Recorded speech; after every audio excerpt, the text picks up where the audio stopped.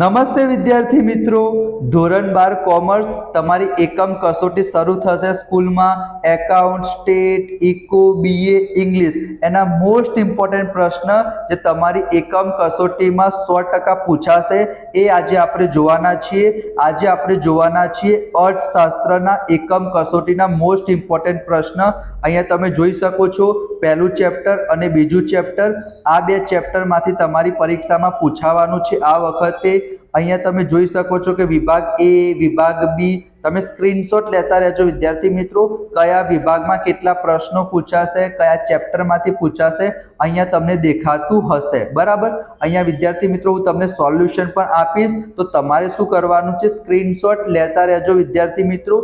અને જેટલા પણ મોસ્ટ ઇમ્પોર્ટન્ટ પ્રશ્નો હું તમારી સાથે શેર કરીશ, તમારી પાસે તે ડાયજેસ્ટ ના હોય તો અત્યારે ખાલી તમે સ્ક્રીનશોટ લઈ લેજો.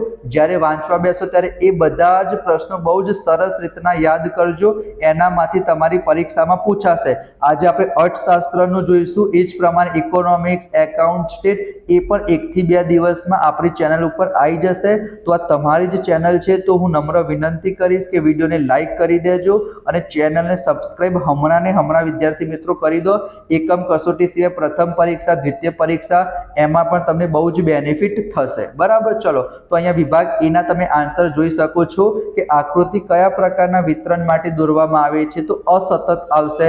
આલેખ દોરવા માટે વપરાતી માહિતી સ્વયં સ્પષ્ટ હોતી નથી. આ બધા પહેલા ચેપ્ટરના છે.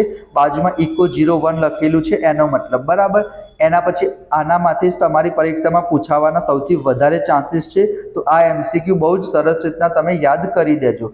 આલેખ દોરવાને સમજવા માટે કયા શાસ્ત્રનું જ્ઞાન હોવું જરૂરી છે, તો આંકડા શાસ્ત્ર. વર્તુળના કેટલા વૃત્તાંશ હોય છે, 360 હોય છે. બે ચલ વચ્ચેના સંબંધની રેખા અને તેનો ઢાળ કઈ આકૃતિ દર્શાવે છે, તો રેખા આકૃતિ આવશે. એક્સ ધરી ઉપર આપણે સ્વતંત્ર ચલ લઈએ છીએ અને વાય ધરી એટલે કે વાય અક્ષ ઉપર સામાન્ય રીતે પરતંત્ર ચલ દર્શાવવામાં આવે છે. તમે સ્ક્રીનશોટ લેતા રહેજો. સાતમો શું છે, નીચેનામાંથી કયો સતત આવૃત્તિ વિતરણ ધરાવતી માહિતી માટેનો આલેખ નથી, તો શું આવશે, લઘુ ગુણક આધારિત આલેખ. એના પછી છે આલેખ કયા પ્રકારના વિતરણ માટે દોરવામાં આવે છે, તો સતત આવશે. પહેલા નંબરનો પ્રશ્ન શું હતો, આકૃતિ કયા પ્રકારના વિતરણ માટે દોરવામાં આવે છે, અસતત. આકૃતિ કહેશે વિદ્યાર્થી મિત્રો તો શું આવશે, અસતત આવશે. અને આલેખ કહેતો શું આવશે, સતત આવશે. તો એમાં વિદ્યાર્થી મિત્રો કન્ફ્યુઝ ના થતા. એના પછી વસ્તી વૃદ્ધિનો દર કેટલો હતો 2001 થી 11ના દાયકામાં 21.64. આર્થિક માહિતી અંગેની ડેટા સીડી કોણ તૈયાર કરશે, તો સરકારી સંસ્થાઓ. એના પછી આર્થિક વૃદ્ધિ એટલે રાષ્ટ્રીય આવકનો વૃદ્ધિ દર. આ વિધાન કોણે રજૂ કર્યું છે, હેન્સને. બીજા વિશ્વયુદ્ધનો સમયગાળો કયો હતો, 1939 થી 1944. આર્થિક વૃદ્ધિનો પ્રશ્ન મુખ્યત્વે કેવા રાષ્ટ્રોના પ્રશ્નો સાથે સંકળાયેલો છે, વિકસિત. વિકસિત એટલે કે જેમનો વિકાસ થઈ ગયો હોય. ભારત કેવો દેશ છે, વિકાસશીલ દેશ છે. બરાબર, તો અહીંયા તમે આઈ થિંક આના સ્ક્રીનશોટ લઈ લીધા હશે. આ છે તમારો વિભાગ એ. કયો ખ્યાલ ગુણાત્મક છે, તો આર્થિક વિકાસ. અને વિકાસ એક બહુ પરમાણ્વીય પ્રક્રિયા છે. આ વિધાન કોણે રજૂ કર્યું છે, તો ટોડેરો આવશે. તો વિભાગ એના તો તમે સ્ક્રીનશોટ લઈ લીધા હશે વિદ્યાર્થી મિત્રો. ચેનલને તમે સબસ્ક્રાઇબ કરી દેજો જો તમને લાગતું હોય કે તમને બેનિફિટ થયો છે અથવા તો થશે. એના પછી જે વિદ્યાર્થી મિત્રો વિભાગ બી છે એ દરેકનો અહીંયા લખેલું છે, દરેક પ્રશ્નનો 1 ગુણ છે, એટલે કે 1 માર્ક્સના છે. સિમ્પલ વ્યાખ્યા તમને પૂછાઈ શકે છે. આ બહુ જ ઇમ્પોર્ટન્ટ પ્રશ્ન છે. તમારી પાસે ડાયજેસ્ટ હશે તો એનામાં તમને મળી રહેશે. અત્યારે ડાયજેસ્ટ ના હોય તો તમે સ્ક્રીનશોટ લઈ લેજો, જેથી તમે જ્યારે વાંચવા બેસો ત્યારે એના ઉપર પૂરેપૂરું ધ્યાન આપી શકો. બરાબર, તો અહીંયા તમે આલેખ એટલે શું, આકૃતિ એટલે શું, વૃત્તાંશ શોધવાનું સૂત્ર શું થાય, પેટા મૂલ્ય અપન કુલ મૂલ્ય ગુણ્યા 360. વૃત્તાંશ આકૃતિ, વિભાજિત સ્તંભ આકૃતિ. એના પછી સામાન્ય રીતે આલેખ શેના ઉપર દોરવામાં આવે છે, CMIE નું પૂરું નામ શું છે. બરાબર, તમે સ્ક્રીનશોટ લઈ લીધો વિદ્યાર્થી મિત્રો, વેરી ગુડ. એના પછી આંકડા શાસ્ત્રના એડવાન્સ પ્રોગ્રામના કોઈ પણ 2 નામ જણાવો. NSSO નું પૂરું નામ, આર્થિક વૃદ્ધિ એટલે શું, સાયમન ક્રુઝનેટ્સના મતે આર્થિક વૃદ્ધિ એટલે શું, શ્રીમતી ઉર્સુલા હિક્સ આર્થિક વૃદ્ધિ વિશે શું કહે છે, આર્થિક વિકાસમાં કયા પરિવર્તનો ધ્યાનમાં લેવાય છે, જીરાલ્ડ મેયરના મતે આર્થિક વિકાસ એટલે શું. આ બધા જ મોસ્ટ ઇમ્પોર્ટન્ટ પ્રશ્ન છે.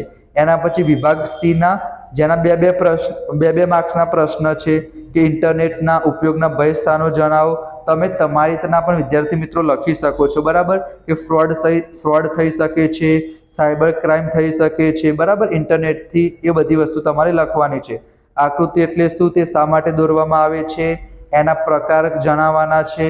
તો આકૃતિના પ્રકાર અને આલેખના પ્રકાર એ બંનેમાંથી એક પ્રશ્ન તમારી પરીક્ષામાં 100% પૂછાશે. ઇન્ટરનેટના ઉપયોગના ભય સ્થાનો, આર્થિક વૃદ્ધિ દરના ખ્યાલની મર્યાદા, પરિણાત્મક પરિવર્તન વિશે સમજૂતી આપો. આ વિભાગ સી ના મોસ્ટ ઇમ્પોર્ટન્ટ પ્રશ્ન છે.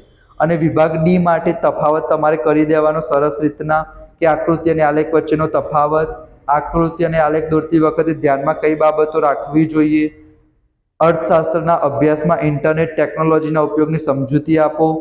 એના પછી સ્તંભ આકૃતિનો અર્થ સમજાવવાનો છે અને સ્તંભ આકૃતિ દોરતી વખતે કોઈ પણ 4 બાબતો કઈ ધ્યાનમાં રાખવાની, આર્થિક વિકાસના લક્ષણો અને એની મર્યાદા. તો આ બંનેમાંથી પણ એક પ્રશ્ન તમારી પરીક્ષામાં 100% પૂછાવાનો છે.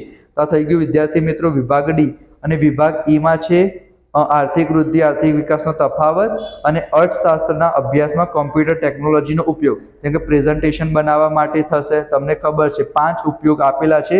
એક પ્રેઝન્ટેશન બનાવવા માટે છે, બીજા એક એક્સેલ વાળો હતો, બરાબર, એના પછી પાવર પોઈન્ટ છે. તો આ 5 ઉપયોગો આપેલા છે. આર્થિક વૃદ્ધિ, આર્થિક વિકાસનો તફાવત મેં તમને કહી દીધો. વિભાગ ઈ ના 2 પ્રશ્ન છે. વિભાગ ડી માં અહીંયા તમે 6 પ્રશ્નો જોઈ શકો છો. વિભાગ સી માં પણ 6 પ્રશ્ન છે. વિભાગ બી માં આ 15 પ્રશ્નો. તમે સ્ક્રીનશોટ લેતા રહેજો વિદ્યાર્થી મિત્રો. આ અર્થશાસ્ત્ર છે, એના સિવાય જે તમારું એકાઉન્ટ છે, સ્ટેટ છે, ઇંગ્લિશ છે, એ પણ હું તમારી સાથે શેર કરીશ. 1-2 દિવસના એના પણ મોસ્ટ ઇમ્પોર્ટન્ટ પ્રશ્ન આવી જશે. તો વિડીયોને લાઇક કરજો, ચેનલને સબસ્ક્રાઇબ કરી દેજો, નોટિફિકેશન ઓન કરજો. જ્યારે પણ બીજો વિડીયો અપલોડ કરું બીજા વિષયનો, તો તમારા મોબાઈલ સુધી પહોંચી જાય જો તમે નોટિફિકેશન ઓન કરી હશે તો ફટાફટ ઓન કરી દેજો સબસ્ક્રાઇબ કરીને. મળીશું આપણે નેક્સ્ટ વિડીયોમાં. ત્યાં સુધી જય Shri Krishna, Radhe Krishna. Thank you so much.